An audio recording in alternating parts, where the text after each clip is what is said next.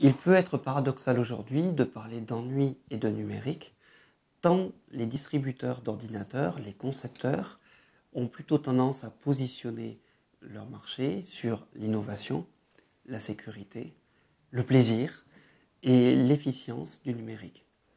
Tous ces mots ne sont pas du tout des synonymes d'ennui, ce sont plutôt des antagonistes, des antonymes de l'ennui. Pourtant, lorsque on interroge des gens dans la rue, on s'aperçoit que plus de 80% des personnes disent à la fois utiliser l'ordinateur, ou plutôt aujourd'hui les tablettes et les téléphones mobiles pour ne pas s'ennuyer, et les mêmes reconnaissent s'être tous, ou presque tous, ennuyés avec les objets numériques.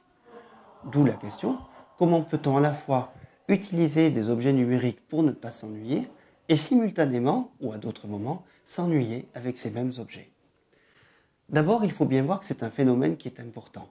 Il est important pourquoi? Parce que nous sommes tous concernés.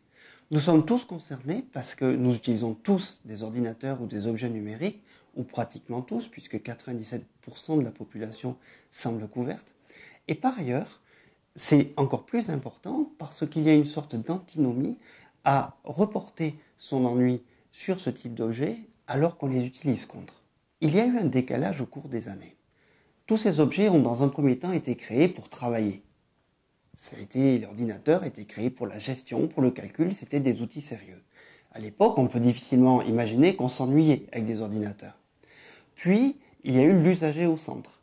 L'usager au centre en modifiant l'interface de telle sorte à ce qu'il soit réellement intéressé, qu'il ait de plus en plus de facilité à utiliser l'outil, donc qu'il accède de plus en plus de fonctionnalités. Cela fonctionne d'ailleurs aujourd'hui, puisqu'on voit bien que la plupart des sujets, des étudiants ou des personnes de la population active, simultanément vont utiliser leur ordinateur, ont leur ordinateur portable, et puis leur téléphone mobile, voire la tablette, et utilisent tout cela ensemble, quitte à s'interpeller simultanément, par exemple en classe, entre des apprenants. Maintenant, comment peut-on s'ennuyer en faisant tout cela à la fois? On voit bien que ici, nous sommes dans une situation où on actualise un comportement de présence multiple. On dilue l'attention. L'attention est diluée entre plusieurs médias. Ce qui fait que, comme on saute d'un sujet à l'autre, on a le sentiment de ne jamais s'ennuyer. C'est quand on ne fait plus cela que l'ennui survient.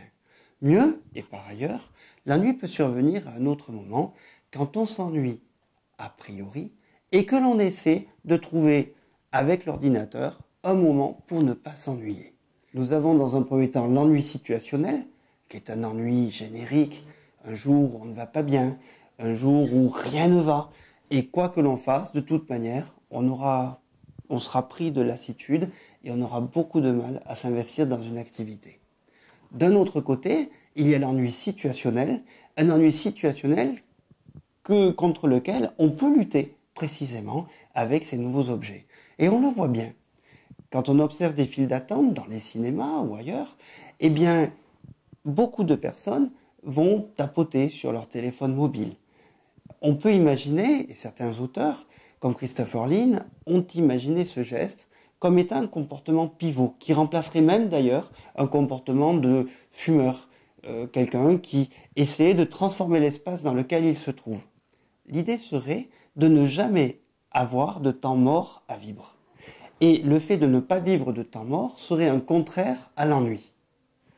On peut aller plus loin. Ce temps mort, s'il n'existe plus, cela veut dire que l'on va réattribuer l'espace qui est autour de nous. Et comment va-t-on le réattribuer? Éventuellement, comme étant un lieu investi, une aire de jeu, un endroit où l'espace va prendre sens. Et on voit d'ailleurs de nouvelles applications qui sont en train de se développer, où lorsqu'on oriente le portable dans telle ou telle direction, des informations vont venir surtitrer l'espace, comme on surtitre nous-mêmes éventuellement nos vies quand on envoie des SMS, ou alors que l'on commente ce que nous faisons sur Facebook. L'approche par les réseaux a changé énormément de choses. Et une des choses principales qui ont été changées, c'est que l'on est bien passé de l'usager au centre au réseau au centre. Et en mettant le réseau au centre, on a réactualisé cette notion de menu propos que développait déjà Winnicott.